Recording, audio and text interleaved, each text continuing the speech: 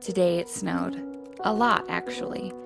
We picked up the children from school and drove to our driveway. The children want to play in the 6+ inches of snow outside. That means I have to help them put on their snow gear. Claire was fairly easy. I readjust her boots. Jane is next.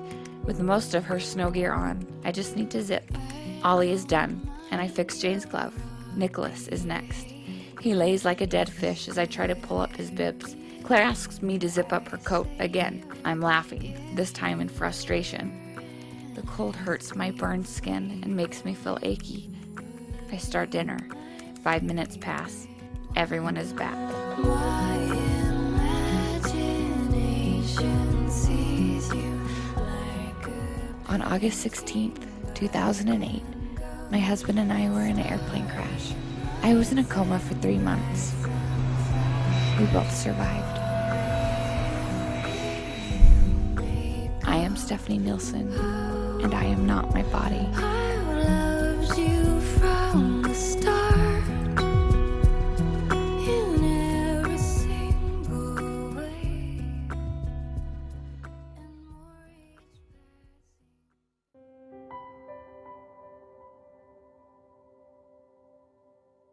I remember when the airplane crashed, I remember rolling under a tree and looking up at the leaves and thinking, just having sort of a feeling that things would be okay, that it would be okay, and I didn't know the extent of my injuries.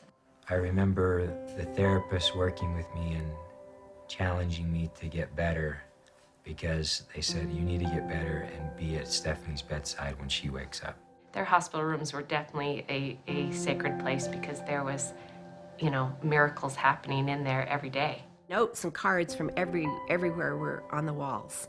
And so that when you walked in, you felt a real feeling of love and prayers. It's a remarkable thing to be on the receiving end of so much faith and love and effective prayer.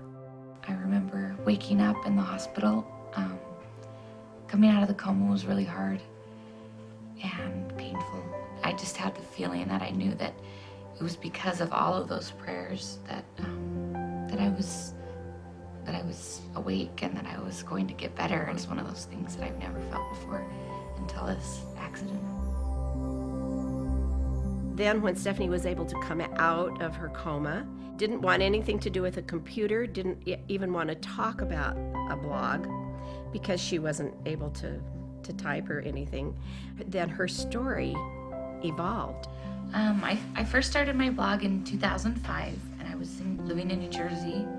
I think it all started with Elder Ballard's talk that he gave about the internet and how we can use it to good use, and it sort of set the scene for, what I really wanted to do with the blog. It's been good. It's been sort of therapy for me to write my feelings and what I'm going through and the pain, and it's Jesus Christ that has inspired me to do certain things and have given me the ideas to do things, and so none of it is me. I don't take any of the credit. I know that I'm just doing what I'm told.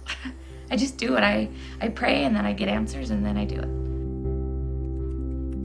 Today I woke up to rain. I got up and did the routine, breakfast, making lunches, trying really hard to do my girls' hair.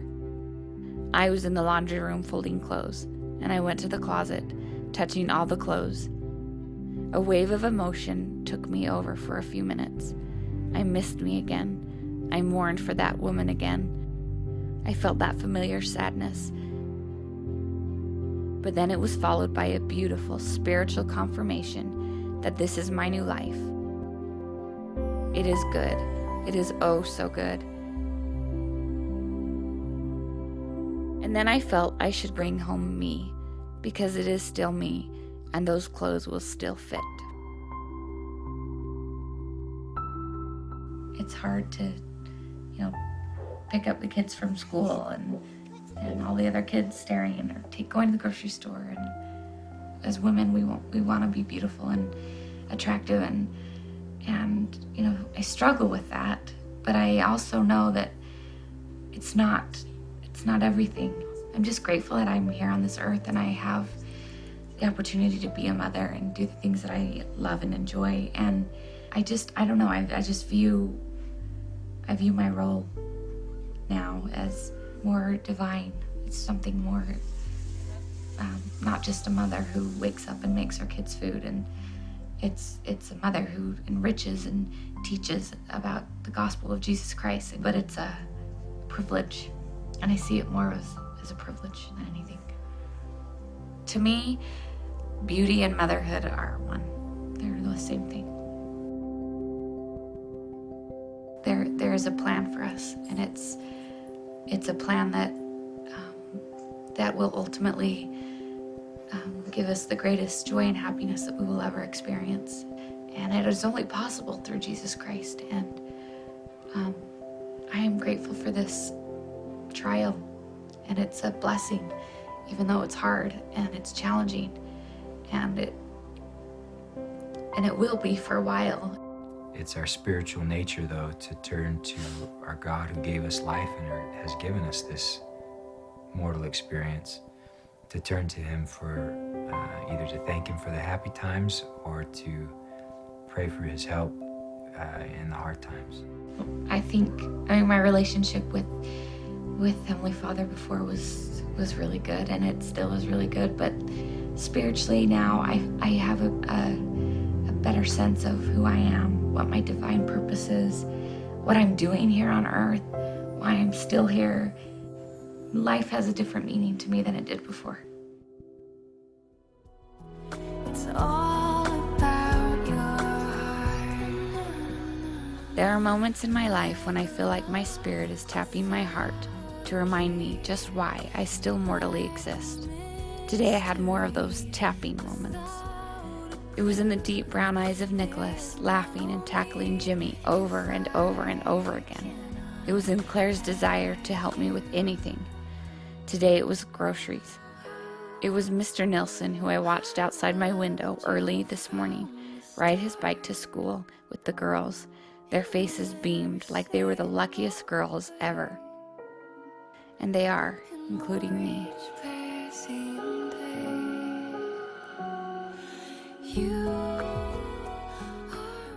When suffering, we may in fact be nearer to God than we've ever been in our entire lives. That knowledge can turn every such situation into a would-be temple. Regarding our earthly journey, the Lord has promised, "I will go before your face. I will be on your right hand and on your left. My spirit shall be in your hearts, and mine angels round about you to bear you up." That is an everlasting declaration of God's love and care for us, including and perhaps especially in times of trouble.